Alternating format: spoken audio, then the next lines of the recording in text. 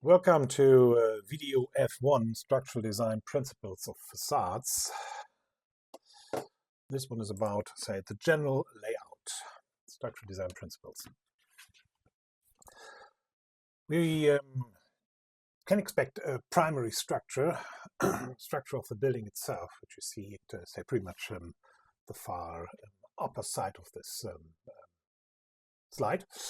Then there's a secondary structure, which is the load-bearing structure of the facade itself, which is our main focus. And then there's the infill elements. This type of structure needs to deal with the loads for the facades, which we see in the second video.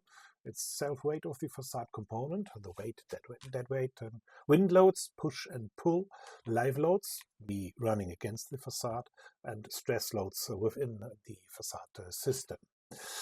We either have this fixed as a setting, so that, say, movements are possible, and we do define fixed and loose connections.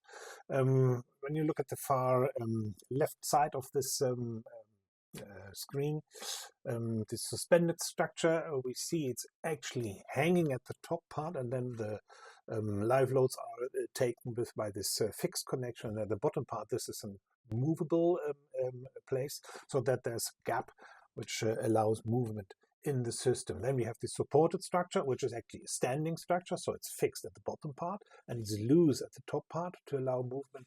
And then at the far right side, we see on double height the same system, standing at the bottom with a fixed connection and then having a loose part at the top of this one.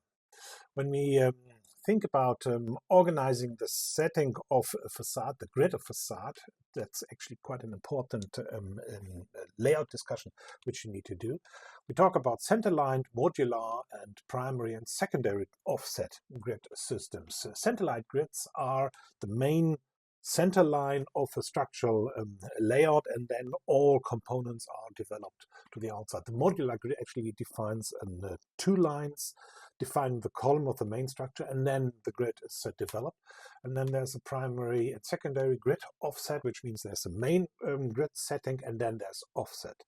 But to explain this better, some samples. This is a typical centerline grid. What you see here is this inner part, which is the main structure, and then you see these two white lines, which are defining at this nice architectural icon. It's IIT campus from Mies van der Rohe, define the outer facade setting. A modular grid, which when we go at the inside, you see it far better. You see this two lines, couple lines define the main structure, and then this defines where the outer facade is developed. And when you see the corner, you see actually the main structure stays in the inside, and then this half step off allows the distance of the facade to be positioned. And here we see this primary and secondary grid with an offset. When we go to the inside, you see the main structure, two main structures far away from the edge, and then this main grid system, and then an offset in the grid system being positioned. So the, say, three principles which we can deal with for centerline, modular, and primary and secondary grid with an offset. Next question is, where is the facade positioned in relation to our building? The secondary structure outside of the primary structure, the secondary structure in the same layer, which is number B, in the same layer of the primary structure, and then the secondary structure, the facade structure at the outside of the main structure, which means this is main structure, and this is a primary structure, facade structure, being positioned at the outside. Again, I'm going to show some samples. So this is secondary structure being offset to the outside of the main structure, of the primary structure, which allows us, building physically, to have this whole thing set apart. When we go to secondary structure and primary structure being in one setting, this is the main part of the primary structure, this is the main part of the secondary structure, and you can directly identify, okay, primary structure is exposed to outside, which may cause some building physical problems. This Mies van der Rohe architect, he identified this problem as well, and then ended up in doing in later projects a cover on the primary structure to solve this problem. So again, we see the primary structure, and here we see the secondary structure of the facade being positioned. And this is the third setup, which means primary structure outside, facade, secondary structure at the inside. And you clearly see at these points that there's a connection from the primary structure to the inside structure necessary to do the load-bearing function for floors, while the facade is actually offset.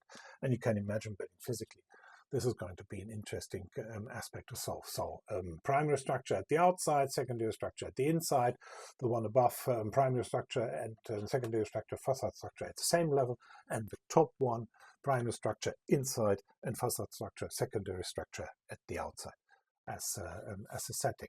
This whole thing can be seen in our typical facade systems, post and beam or stick system, as we see here. We see it, this bottom part, this is the main structure, and then offset facade system, the stick system is positioned at the outside, versus same setup, a unitized system. We see the main structure, then there's this offset unitized system being positioned here, and then obviously the corners developed as well. Conclusion. We talked about primary structure, we talked about load-bearing transfer from the primary structure from the secondary structure, facade structure, to the primary structure. We talked about the position of facades in relation to primary structure, outside, in the same layer, or inside.